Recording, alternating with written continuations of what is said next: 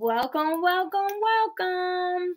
I am so happy to be here, and I want to welcome you to season five. Yes, season five of Ladies Takeover Empowerment Podcast.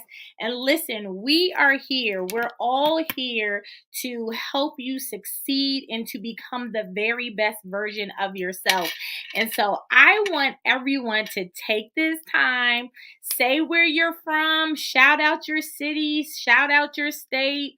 Hey, Melissa. Hey, Denise. We see you guys. Thank you so much for joining us. Hey, Kachisa. We're so happy that you guys are tuned in and we are ready. We had a little snafu last week. We were coming back from Dubai and so much stuff was happening, but that's neither here nor there. We are here today live to be with you. And so May is actually Mental Health Awareness Month.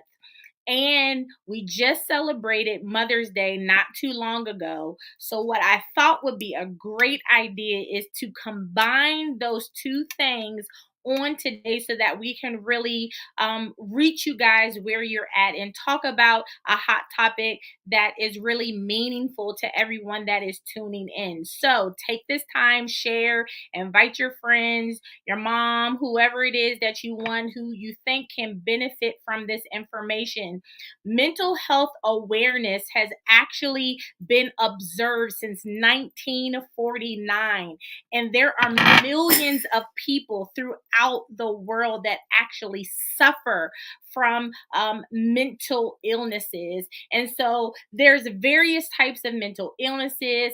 I'm not a certified psychologist or a doctor in that area, but we are still going to talk about it because I think that it's important for us to know and understand what it is that we're dealing with, how important it is, as well as all of the women who are out there that are super moms, that you do the thing every single day. You are making it happen. And that's why we have our special guest on today. And I'm really, really excited about it because she is not only a mother and a wife, she is also an entrepreneur, a business owner. She's the founder of Women in Crypto. She is doing some phenomenal things. And listen, it's really great to meet people, new people all the time. But from the moment that I met her, she has just been genuine, been the same exact every time I see her. And it's good to know nice, good people. And that's who we have with you today. She is a phenomenal woman that is about to blow your socks off. So I hope you guys are ready as I introduce to the world one of the super women that I know, none other than my special guest on today, Miss Shelby Thompson. Hey, hey, hey, how are you? Hey, yeah, how exciting. I'm Thank you. so glad. How Thank are you you so much doing? for inviting me. I'm doing fantastic today. Awesome. On today, I Yeah. got you. I'm so happy that you're here with us. Thank you for taking time out of your busy, busy schedule. I know you have so much going on. And I know some about you, but I didn't want to put it all out there. So share with us just a little bit about who you are, what it is that you do, anything that you want the world to know about you. All right. Thank you so much, Whitney. And I appreciate the genuineness because I saw that in you when we met the first time or when I saw you the first time. I was like, Dominic, you are so lucky. I said the same thing to you though, too, right? You all are such a great couple. And so thank you for inviting me on this platform. Empowering women, educating, supporting women and supporting one another is something that has always been a purpose in my life. Yes, I am a mom and a wife and a friend and a daughter and all those things. And one of the things I'm so glad that we are combining mental health with the whole mother career multitasking thing is because one of the commonalities that my husband and I had when we met each other as friends or during our courting process was that we both had experience in with mental health. Not Wow. that we were mental health professionals, but that we had had those low points in our life and we met each other and we talked about that on the same accord. Wow. And it was pretty special because when I met him, he said to me, "Would you like to have a child or do you have any kids?" I was like, "No." He was like, "Would you like to have a baby?" And I gave him the eye like, and I'm like, when you meet a woman at 40 years old and they Wow. don't have any children, you don't ask that Okay, well, let's pause because you question. don't look You a don't say day anything over about that. I 30. was like ready. My fangs were out at him. What, girl? Oh, well, thank you. Thank you. So yeah, I met my husband at 40. I was 40 Wow. years old and he asked me, was I interested in, do I want kids and things like that? And I said to him, I can't have children. And Mm, he said, who told you that? And I said, mm. the doctors told me, like, I've got a history of this and that, and I can't have children. He said, well, God didn't say so. Come on And here. okay. And I was courting him at the time. And so I was like, this guy's crazy. Like, what is he thinking about? Right. And so soon after our courting period, our dating period, whoop, there I was, 40 years old Wow. and pregnant. And I was like, oh my gosh, like this guy is like, has, my husband has the faith of a mustard seed for sure. That's He awesome. is definitely strong in that way, whereas I was a little on the weak. But I say all that to say that, mentally, I had a block when it came to that. I had shut down. I was not hopeful in that way. And it Mm, affected me mentally. Like I wouldn't go to baby showers. I was wow. happy for my friends having babies and I was Right, like right. the auntie of everybody's kids, but Right. I wouldn't go to showers and I wouldn't do those type of things. And because of losses that I had. And he had also had losses, but the difference between the two of us, he had losses prior to me, lost children. I had lost children, but he hadn't lost faith. And I Mm, had. that's good. And so together, we 40, I think I was 40, oh, I was 41 when I had him. 41 years. Wow. Mhm. He's Wow. 9 years old now, so that tells you my age. And then together, he and I started a nonprofit organization back in 2015 called Breathe, and it was for mental wellness and suicide prevention. Wow. My husband has an amazing story that I'll let him share on a different platform, but his life, you know, eh, had challenges that affected his mental health as well, and so both of us knew that there was a gap in people one extreme. Either they think mental illness means ward or they think it just means suicidal. And there's so much Mm, in between. And mhm. so we wanted to bring awareness to the educating people about it and awareness about it. And Nice. so we started that together. So I'm happy that we're talking about, the beautiful blessing of being a mom and a wife and all those things that women are, but also combining it with the challenges in the mental health field. Absolutely, absolutely. And I think that if you don't say anything else, you said a mouthful because just the simple fact that you said that when you lost faith, your husband never did. And I think that it's the small things in our life that we end up going through that challenges us, that causes us to get in our head, to have issues, to have insecurities, especially as women, that a lot of us don't necessarily talk about. So, thank you for sharing a little bit of your story with us. I truly appreciate it. And I'm sure that it's going to bless those that are tuning in now. Someone said, Debbie said, beautiful example of faith over fear. Absolutely. Someone else said, so many will be blessed by your testimony. And I absolutely agree, Shelby. So, what my question is for you from that and your husband creating this organization called Breathe, Um, Tell us, there's so many different types of mental illnesses, as you alluded to. Like, we have anxiety disorders, eating disorders, personality disorders. There's so many different things that may come to a person's mind when they hear about mental illness. But tell me, how are you able to juggle all that you do? I know that you homeschool your son, you're a wife, you have entrepreneurial endeavors that you do. Explain to us how you keep your mental health while juggling all of these different things. That's a good question. Just pull my hair out. Um, what I did hit my low. I really put in a lot of work. Mm, Um, Prayer, reading, therapy. Temporarily, I used medications to get myself to a stable place from that low, right? And mm. the work that I put in.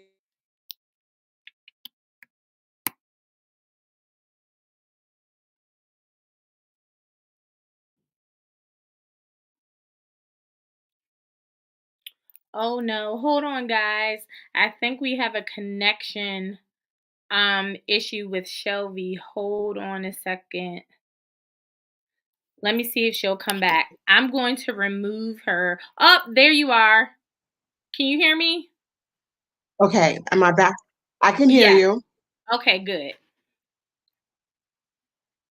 Okay. What was the last thing you heard me say? You said that you used medication to help balance you out. Right. So I had medication. I had my church. I used therapy. I read books, meditation. All of those things helped me to cope and bring me to a place where I learned tools that would kind of ward off things from happening. Okay. My major problem was when traumas and tragedy hit my life, I didn't have any coping mechanisms. Okay. That was the main problem. I didn't know how to cope with things that happened. And then once I learned those tools, then I'm able to use those now throughout my life every day. Gotcha. Is it Gotcha. going in and out? Just a little bit, but I can still follow you.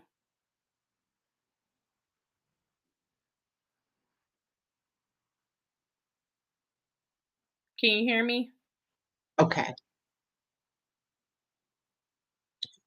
Okay, good. I can hear you now. Okay, awesome. You can go. Keep going. Should I try to log out? You might Oh, log out and then come back in and see if it's a better okay. connection. So, um, okay. Give us a second, guys. See, this is when you know that you are about to bless some people. I need you to understand what I'm saying. Follow me, because there's things that happen in the airways, and there's things that people don't necessarily understand. When your mouth and what you are about to say, the authority that you carry, is about to bless some people and help some people and heal some people. All the powers that are out there, the powers of the air, will attempt to block and stop those things from happening. So I need you to know, if you don't have people logged on, I need you to get some people logged on right now that are about to be blessed by the testimony. It says that we are overcomers. The word of God says we're overcomers by the blood of the Lamb and the word of our testimony. And so, my guest that I'm bringing back up, Shelby, she has an amazing testimony, and we're about to set some people free. Some people are going to begin to self heal in this month of mental health awareness. I want everyone to make sure that you're paying close attention. So I'm bringing Shelby back on. Hey there. Hey, this is better, right? Perfect. Perfect. Okay, go ahead. You said that you had to come up with a recipe that worked best for you. Yes, I did, and one of the things I was lacking was coping skills, right? I was raised by the Cosbys, and I had a Yeah. very fluffy childhood upbringing. And, whenever I got into challenges, my big brother was right there to help me, or my parents were right there as a safety net for me. So I didn't really have to cope with much growing up. And it wasn't until like 25, 26 years old when things started just coming at me like crazy. And I chose the wrong husband the first time. I chose, I made a couple of bad decisions that led to a lot of uh, trauma and drama. And I just couldn't find my way out of it. And so, um, when, like I said before, when tragedy hit me, I just didn't know what to do. I fell all apart, and so I had to put myself back together again, literally. I was literally like 25 years old, married with a house and cars and a house in the Bahamas and a great savings account and a great career. 25 years old, right? And then all of a sudden, boom, I lost my child. I lost my husband. I lost my career. I lost my house. I lost my cars. God said, whew, I'm gonna strip you naked, going out there and figure it out. And I was like, wait 1 minute, wait, wait. And I didn't know what to do. And so I just sank and was like lost. And I had to, one day I just said to myself, like, I had a really good foundation, a really good foundation. My family foundation was really strong. My spiritual foundation was really strong. And those are things that, if I can encourage anyone with children, give them the best foundation you possibly can. Because in those weary moments and those weary times when you're wondering, am I going to sink or swim? I was like, so much has been poured into me and invested in me. I have to choose to swim. And how am I going to do it? I have no idea. But I knew that the choice was that I was going to swim. And so I just had to figure out how. And then it all fell into place. And so I had to rebuild myself, rebuild my belief system, rebuild my toolbox. I didn't have a toolbox before, but I had to put things in my toolbox to help me navigate this world as an adult. And it helped me so much.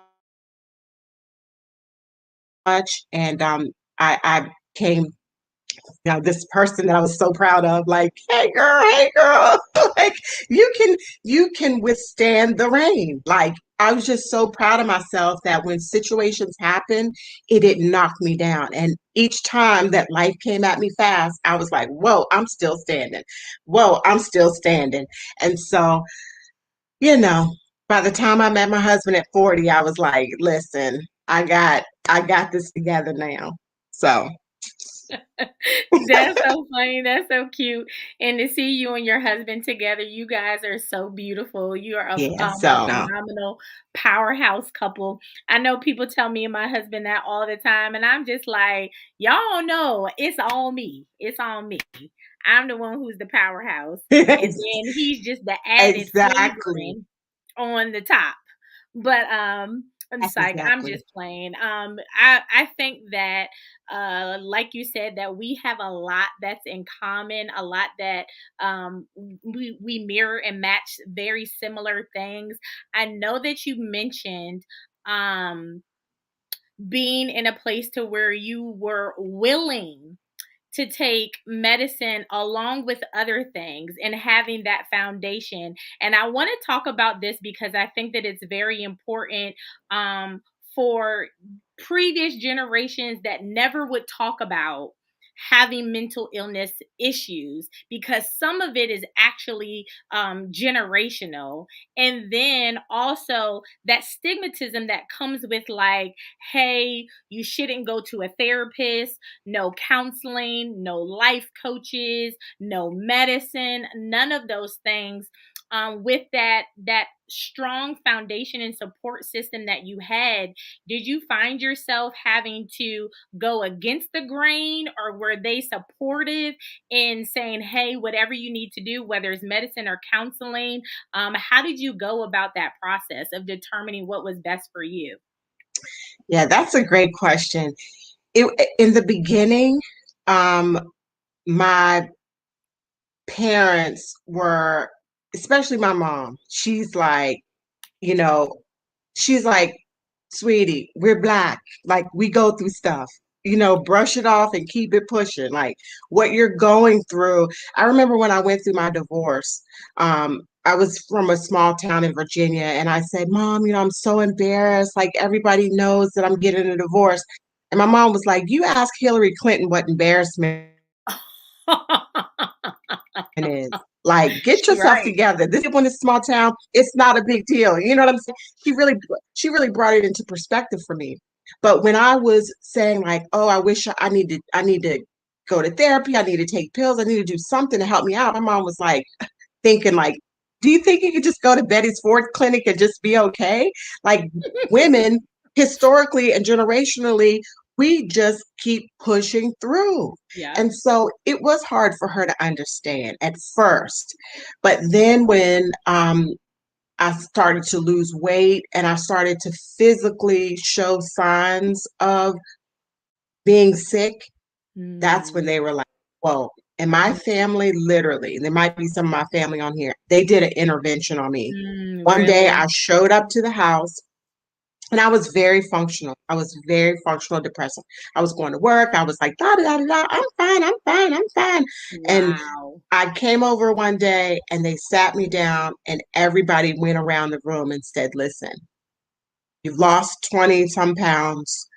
You're one thing was I got caught not being honest about going to therapy. I had said I was going and I really was going to the mall, and they had called looking for me saying she hasn't been here in like 5 weeks. And so that was one thing. So I wasn't being honest about going to therapy. I was losing weight and I kept putting on everything was okay. And they basically just sat me down and said, we cannot continue to watch you do this, to watch you deteriorate. So these Mm, are your choices. No, my wow. brother said, if you want to be around your niece and nephew, you're going to have to stick to the program. And the program is you going to therapy. My mom was like, if you want to come here on Sunday dinners, you're going to have to. So everybody gave me ultimatums. And I was mad. I was like, well, forget it then. I won't come over here. I was thinking that in my head just for a second. And then Mhm. I was like, you know what? What would it hurt and harm if I actually did what the professionals suggested? Say it. I'm no professional. I've Nope. never been through this before. I'm bent, not broken, but I'm bent, and I need to listen to someone who knows best. And I just surrendered myself to the process and said, none of this has to be permanent. That was the part, that's what I want people to understand. Whether you're going to do therapy or medication or meditation or reading books or exercising, whatever tool you use, it's not permanent. I like It's that. temporary until you can get yourself to a place back to who you were or better. Yeah. And that was my goal, to be better than I was when I was bent. And so I just surrendered myself to the process because I love my family so much. And I had this strong desire to swim. And that's what did it. And, I probably did medication for a good 6 to 8 months. And then the rest of it I did through um, therapy and books and reading and, natural things. This is amazing, Shelby. I don't know if you realize how much you're helping people. I don't know if you have a book, but you should write a book. You should write a Well, it's funny because even, oftentimes when I speak about this, I've spoken about this before. And this is one tool I want to tell people. I went to therapy and I was on like this insurance thing, and you get like 15 days or whatever, 15 sessions or whatever your insurance allows, right? Uh-huh. And when I was almost finished with the session, I had like 3 sessions left, and my therapist was like, and I was sitting there and kind of like uh, an unopened way. And I said, listen, I got 3 more sessions. I need you to fix me kind of quick because the money's running out. The insurance, like, I need you to get me fixed. And she said to me, and I want everybody to hear this, he said, the healing can begin when you start telling the truth. Mm, And I was so angry. I gathered my things. I walked out. I got in my car and I sat in the car and I cried. It was like, how dare she say this to me? And mm. I came back in and I started to tell the truth. Wow. And it was like some of the trauma and traumatic things that I had gone through, I had lied for so long that I believed them. Wow. And I was telling her, oh, my husband just, blah, blah, blah.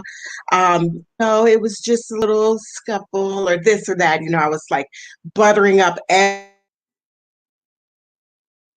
everything that I had gone through. And we went back in there and was like, okay, this is the truth. I'm a Lifetime movie all in myself, right?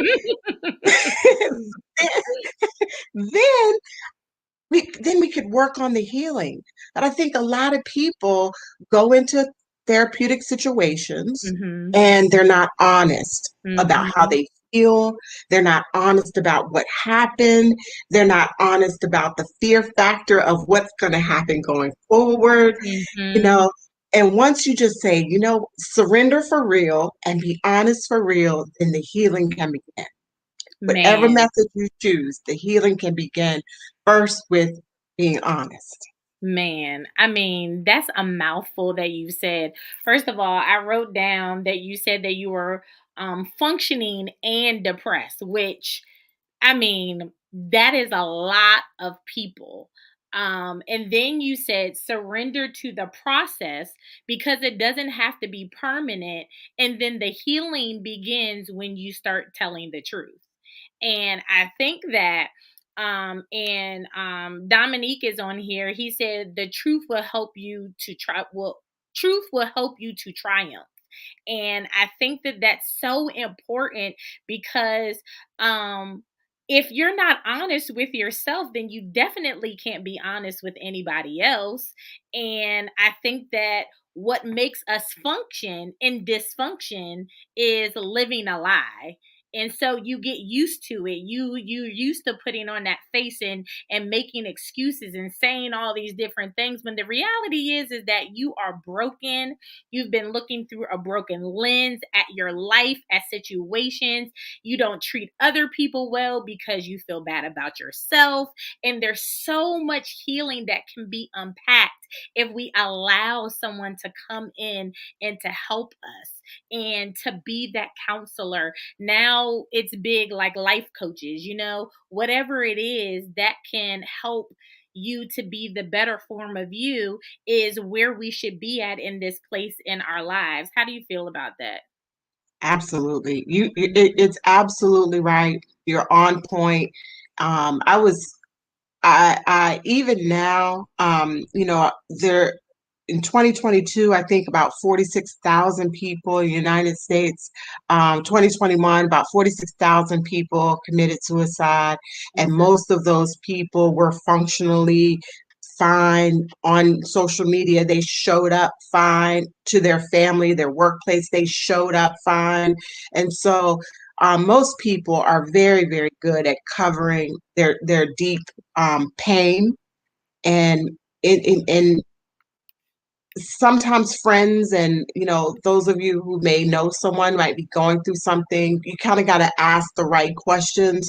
Are you okay? Is not really a deep enough question Thank you. because Say that again. are you okay? Because you're gonna say I'm fine. Like I'm Right. fine. Right. How are you? I'm good. Right. you're going to get classic answers. You really have to dig deep when you think that people are going through something and pull and say, you know, like, are you having trouble getting out of bed? Do you have the same desires that you used to? When you notice that your friends used to like to play tennis all the time and now they don't have the desire for that particular thing anymore. It could be depression um, or when people have extended grief. I mean, there's obviously stages of grief that people go through, but from my understanding, and you know, you do need to go through those stages. And sometimes people get stuck in one stage. And when you notice that someone is stuck in that one stage of grief, that's when kind of intervention needs to happen to move them along to the next stage of it, or they could sink. A lot of people who are high profile, right? Who are expected to be on, like the young pageant girl, or like a Robin Williams, or um, what was my man from Soul Train? Don Cornelius. Oh, yep. People like that who are in front of the camera and expected to be on and expected to be happy and to be joyful. Like, you have all of this money. What could you be sad about?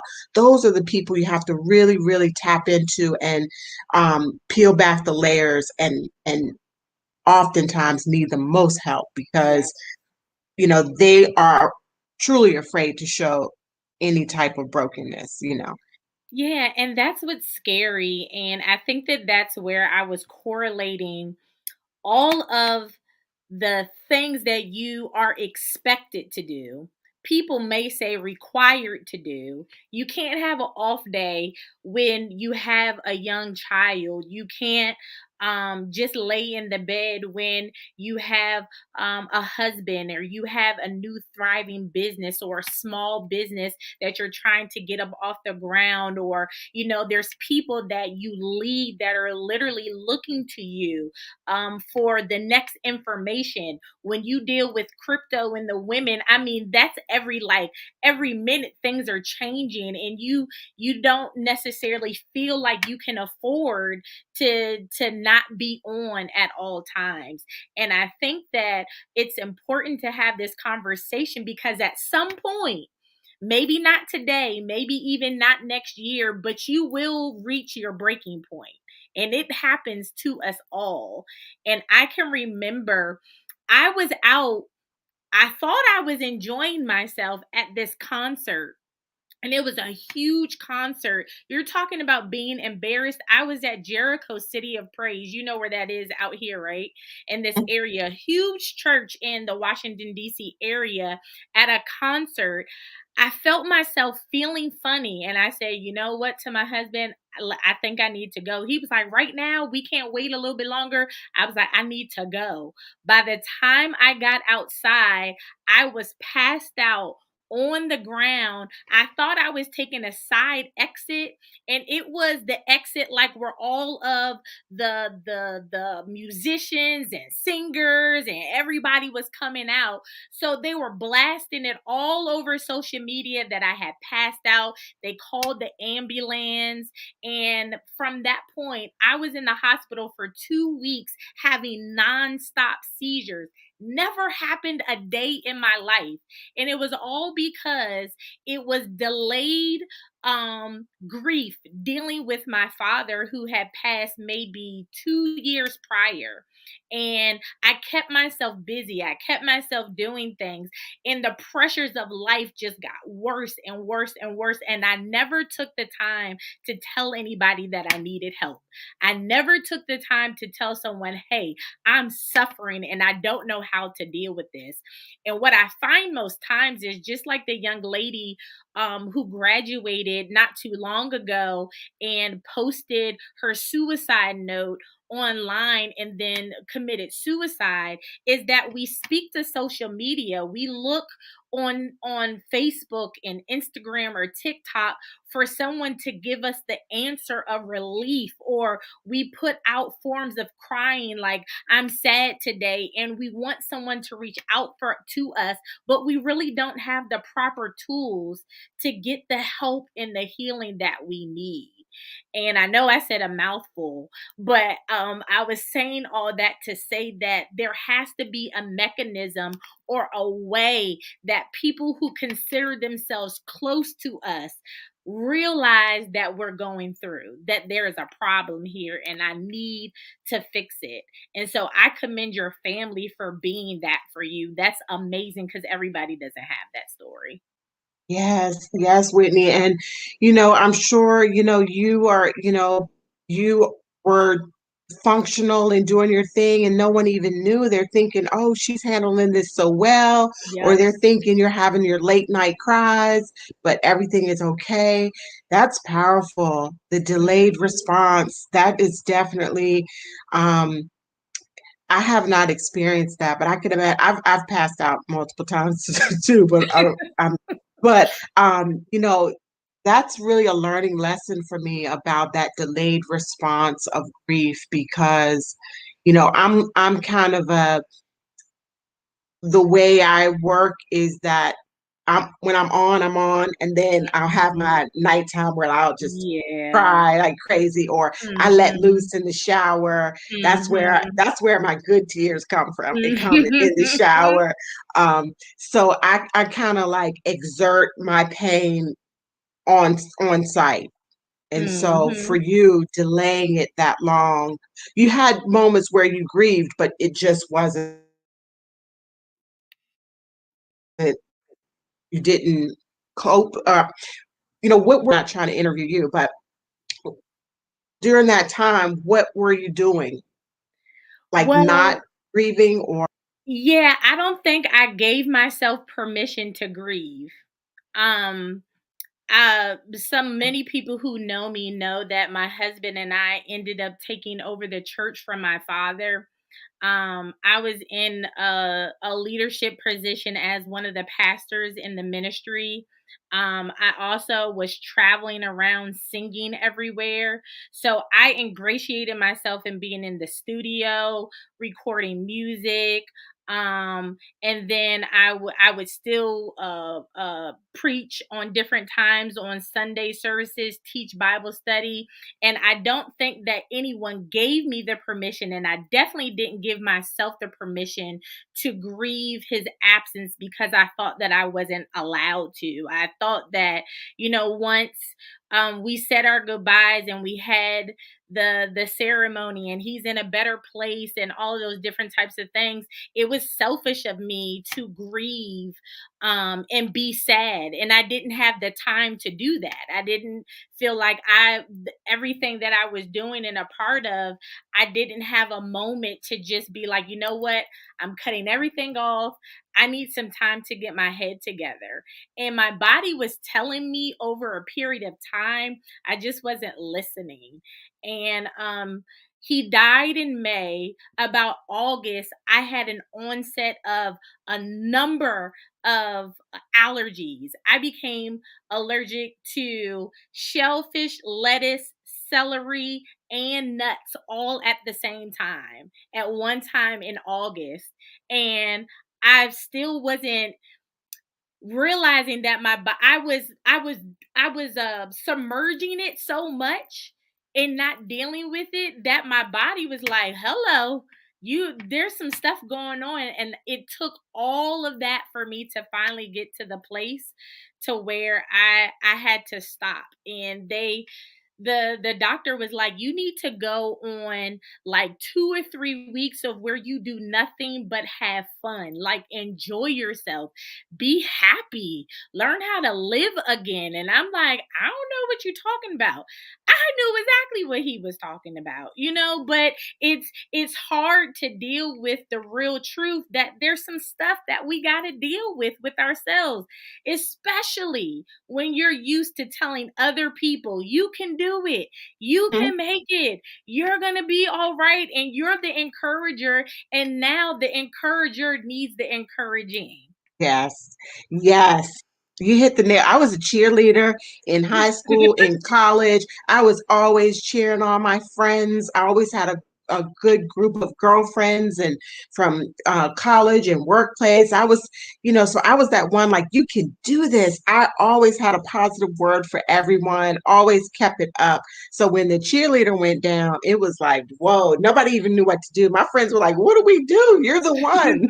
You're the one that tells Mhm. us everything is going to be okay, you know? So yeah, this is a super blessing to have this conversation. And I really hope that people, especially moms, because whether we're sick or whatever's going on, you got to wake up, the baby needs food, right? You still Yep. have to get the children dressed. You still have to like do a jig and be the wife, right? And Yep. so for me, I get exhausted with it sometimes. I'm like, feeling like Bojangle, like, like, like, good grief, it's a lot. And Uh-huh. what I used to do is kind of make it small, like, oh, well, I only have one child. Oh, well, you know, uh, I'm older, so financially, I'm not in a place like my parents were, blah, blah. But then I'm like, well, I'm older, so I don't feel like going outside to play, you know. But we always, just come up with excuses why we can't rest and why we can't take the time that we need. And so, for all the women out there, hopefully that you took some information and some testimony from Whitney and I both about how to balance. It's really the balance. A little bit Yep. of this and a whole lot of that so that your cup is not empty. Can't just keep pouring out and pouring out and pouring out. You got to pour back into yourself. I literally used to think like a massage or getting my nails done or hair done was like, it's going to be a waste of my day. That's going to be hours that I'm not going to be doing something that I need to do. Like, I don't have time Mhm. for that. I don't have time to Mhm. sit in the hairdresser for 2 or 3 hours because that's going to push me back from dinner. It's going to push me back from doing homework. It's going to push everything back. And so that was my thought process. And it still is sometimes. And then I have to remind myself if I take those 2 hours, dinner's going to taste better because I'm Come going to put on. love into it. If I take that time to just take a nap, close the door, and take a nap, then everybody's going to be happier because I'm not going to be Mhm. screaming all over the house. So, those are the things we just have to have the balance to maintain your mental health. And the one tool also that I learned is that you have to manage your mental health the same way you manage anything, any other health issue, right? Yep. Like if you have diabetes or your weight or your whatever you have to manage it. And so because I had that setback, mine was triggered depression. I don't have chronic depression or clinical depression or anything like that. It was triggered onset by some trauma, but I still have to manage it. And managing it means breathing, meditating, pulling back, talking to God, and doing the things that using the tools that I learned so that I don't bring myself to a place of wanting to just throw in the towel with whatever it is, quitting, a project or quitting life or quitting your husband or quitting your Yeah. kids. Just want to say, listen, go to grandma's for the rest of the summer, which I'm actually going to do that, but at least for a few weeks. But I understand. yeah, so I really, it's really do. And listen, I was just telling someone the other day that I had my husband and I got married when I was 22. By 23, I had my first child. Because of being in an accident, I wasn't able to finish college. So I got married, had a kid. I didn't go back and to finish college until about 3 or 4 years later after I had my son. While I was in college, I ended up getting pregnant with my second son and still ended up graduating with him in my belly.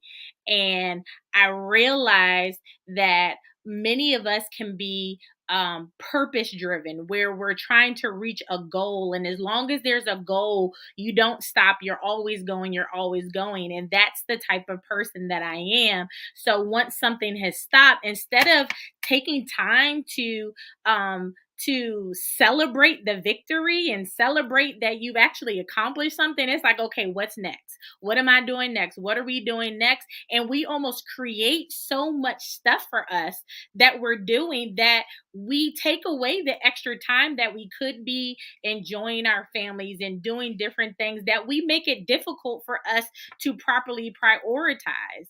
And I know that my first son, my parents raised my first child. I didn't raise my first child. I was so young. I wasn't ready to be a mother, and I remember going through postpartum depression. I didn't hold my son for probably the first 2 weeks because I was so distraught. Like, what in the world did I get myself into? I'm not ready for this. I don't know what to do. And it wasn't until my sister in law was like, girl, if you don't get over here and hold this baby. And she like forced me to change his diaper. And I didn't want to because I thought that I was going to hurt him. And she was like, change his diaper. And from that moment on, I got more into dealing with my son. But I think that people think because we're women and because they say we're naturally nurturing, that there are things that are innate in us that we're supposed to just automatically know how to do. You're supposed to do it all, know how to do it, balance it all, and everything is going to be fine. And it's just not that way for everybody. It just doesn't work that way.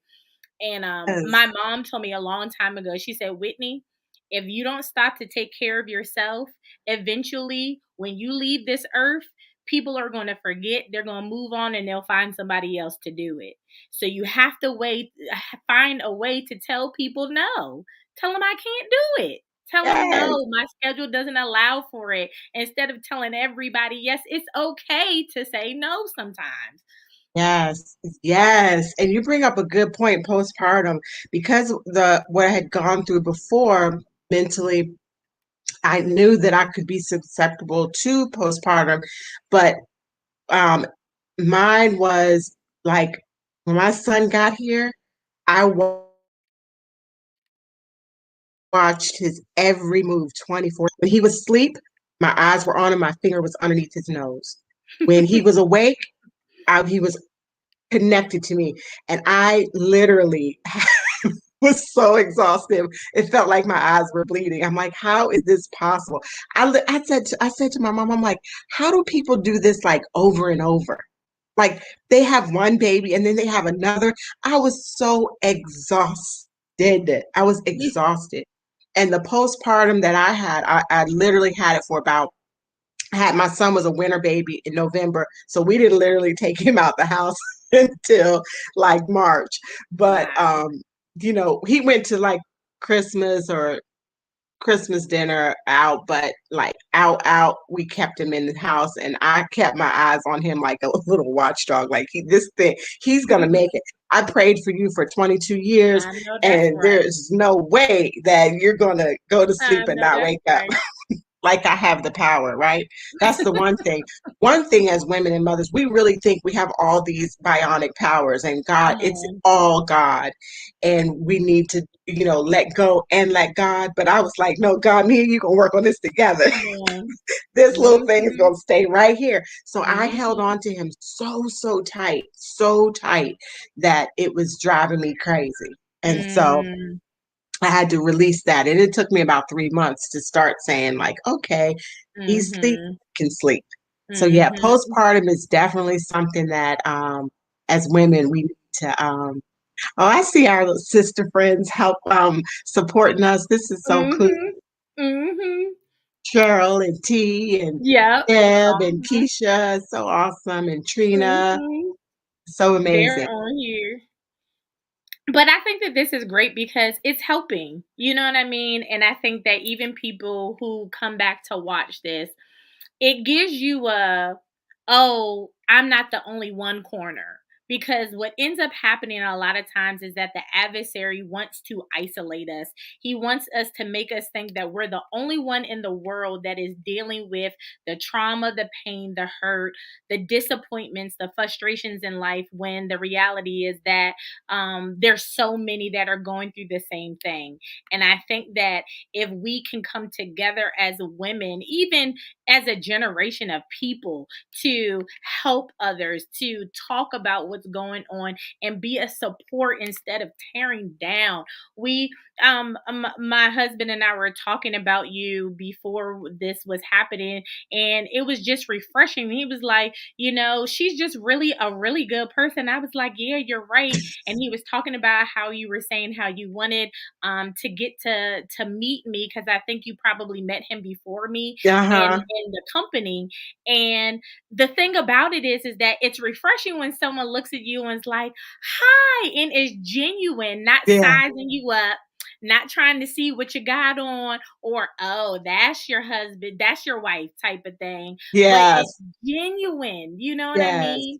And that's how T is, how Tiana is, and how Cheryl is, and so many other women that we have come to know. And I think it's important for us to create that norm, to make that normal, rather than it's I shouldn't have to say that. Wow, that's refreshing. You know what I Right. mean? That should Exactly. be what it is, that we have a sisterhood, we have a bond, just like Monisha. She's a jewel, you know what I mean? And I think that we should be in that place to where we are creating more platforms like this, where women can come, can talk, can share their testimonies, and at the same time be healed and find a Yes. of safety, to where there's like, you know what, I didn't know that before. Now I have some solace in knowing that this is what I should do when the next time that this comes. So I really appreciate you, Shelby. Yes. Thank you so much. Yeah, you know, I've always been like a girl's girl. Like, some women are like a guy's girl, but I've Mm-hmm. always been the girl that had girlfriends and Gotcha. sister friends and coworker friends. So, when I got into the business and um when I got into the business with my husband, it I didn't meet a lot of girls. I met a lot of Mm, girls that like I don't have no girlfriends, or I mostly hang with the guys.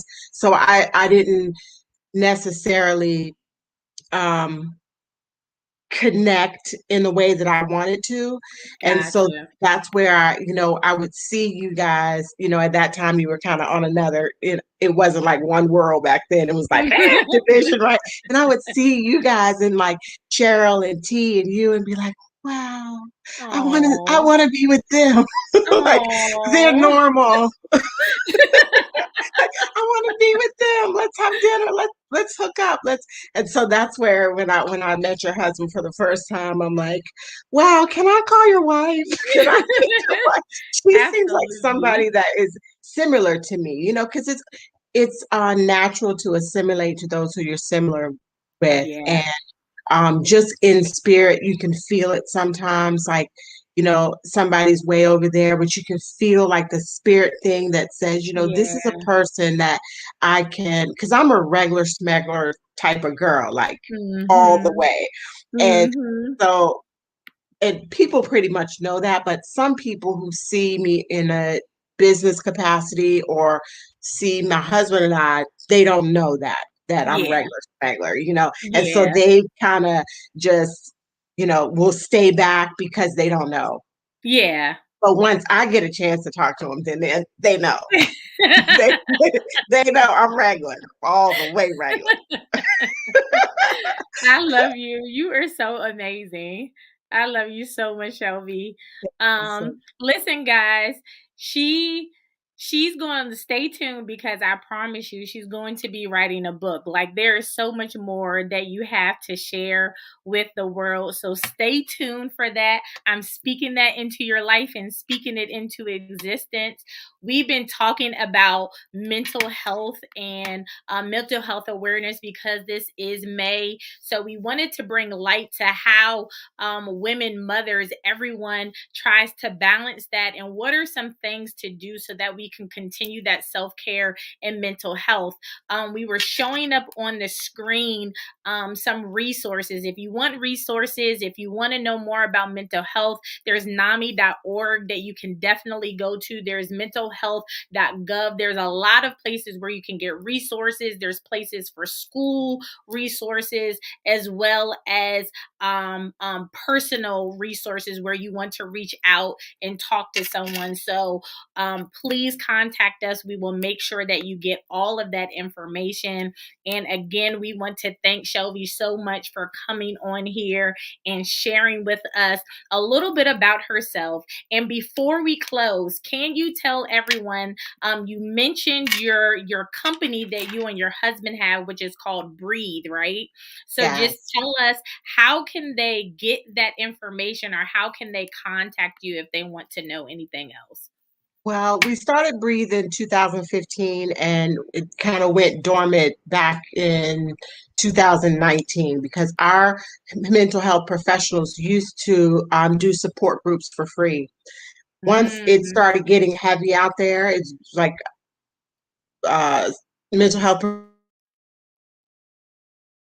professionals were on demand so much, like then they were no longer accessible to be able to do it for free. And so we don't personally have any resources at this moment to offer people in terms of support group or talk line or things like that. But we have been talking about trying to start it up again, right? And to fund it again, because we literally were self-funded okay. for 5, 6 years. We were all self-funded, and so we need to start it back up again. But just the resources that you gave are phenomenal resources. And before we go, I want to also impress upon those of you within the sound of our voice to just remember that your children are going through heavy things right now as well. And as much as we as women talk about what we're going through, and the men, the children are going through a lot. Bullying is like on a whole nother level nowadays, like so different from your parents and their parents and their parents, and so different than when I was growing up. I mean, Right. you may hear like you're ugly or you're Right. something something not trivial, but these kids are like getting to the core of the spirit of other children. And I don't know how they're finding out how to commit suicide, but it's happening in a mass capacity right now. Yes. And so we have to keep a watchful eye on our children, and we have to make sure that we're open to hearing and getting them help that they need as well. Um, if holistic and is what you believe and what you go with, get them the vitamins to keep up that mental health. And if not, get them the therapy or get them talking to someone else, because it's just so tragic when I hear. And because of our organization, we get newsletters and we get information on a continual basis about what's going out there with young people wanting to commit suicide or writing letters. I think one of the statistics it said with 15 million people last year Wow. made a plan to carry out ending their life. Wow. And Wow. that's on top of the people who went through with their plan, but another Right. 15 million people made the plan that they didn't carry it out. And 50% of those 15 million were under the age of 16. Wow. And that's significant where they're, you know, Yes. now they can get on Google and figure out different ways that they can You're do right. this, that. We didn't have those tools growing up, right? On figuring out how to Mhm. do it. And Mhm. so got to keep a watchful eye on our children, keep bullying out of, hedge it off before it gets out of hand, talk parent to parent. Yes. That's how I am. I'm like, Yes. I want to talk to your mom. Mhm. So, Facts. yeah. Somebody, let's talk with your mom. Let's see. And then you end up, if you do that, even in education. Oh, someone said what? Oh yeah.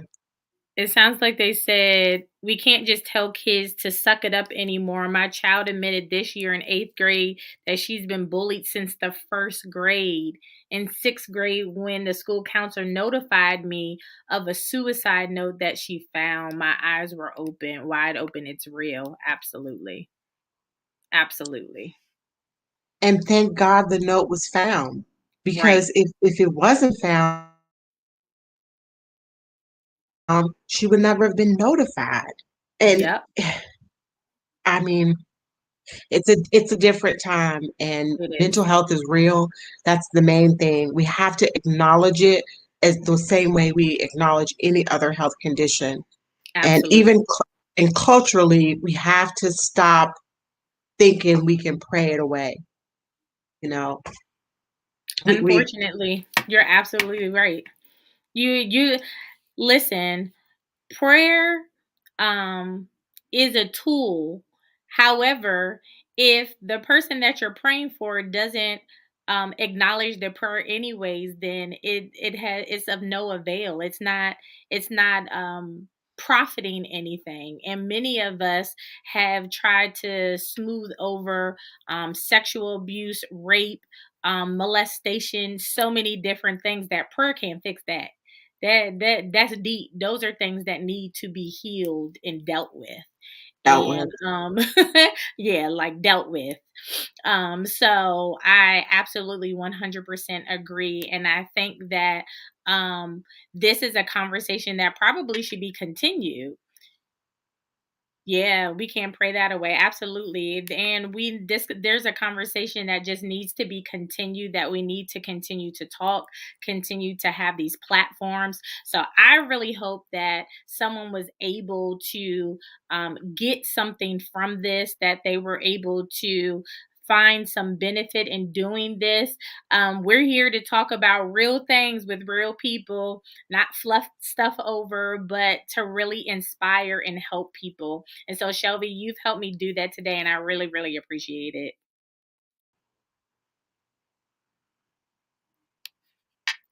Her smiling face. I'm so grateful. I'm so grateful that you and honored to be on. I know we're breaking up a little bit, but I'm so grateful and honored to be on. And thank you so much for letting me share a little smidget of my life with everyone. And I hope that it inspires people to, you know, get help where you need it, and reach out and tell Absolutely. your friends the truth when they ask, "How are you?" Tell them the truth. If Yes. if you're not okay, tell them I'm not okay. Yeah. Yeah. Um, Tell us, how can we get in touch with you, Shelby, if anybody wanted to reach out to you? Okay, so yeah, you can find me on Facebook, Shelby Casey Thompson on Facebook. Also on Instagram, I think I'm Shelby Thompson. We do have Women in Cryptocurrency, which meets every Wednesday, and it's an all call for all women to just come in. It's not intense type of training where it's not technical training, but it's an like an overview of different aspects to help you enter the cryptocurrency space. So, and it's a safe space. And that's what the women love about it so much, is that, we're just different from the opposite sex. We hear different, we do different, we accept different, we appreciate different, we're just different. And so Right. that platform allows everyone to just feel at home, you know. And so on Wednesdays, you can find me there. You'll see flyers on Facebook and all that. But just contact me anyway. You can find me anywhere. No Cool. books. I don't have any books to sell. I don't have a website. I'm just regular smuggler girl that says, hey, call me if you need something. If I can do it, it's done. And that's all that's important. We love Yeah. you, Shelby. Thank you So so much. thank you again, everyone. Listen, this has been our fourth episode for our season 5. We're live. We hope that this was a blessing to you all. Again, we thank Shelby. She was amazing. Her husband is amazing as well. So thank you for letting us use her on tonight. And we love all of you guys. I see all your comments. Cheryl, Keisha, Debbie, we love you guys. Thank you for your support, your continued support. So don't forget to like this, share, subscribe, all those good things. And we will see you next time. Bye.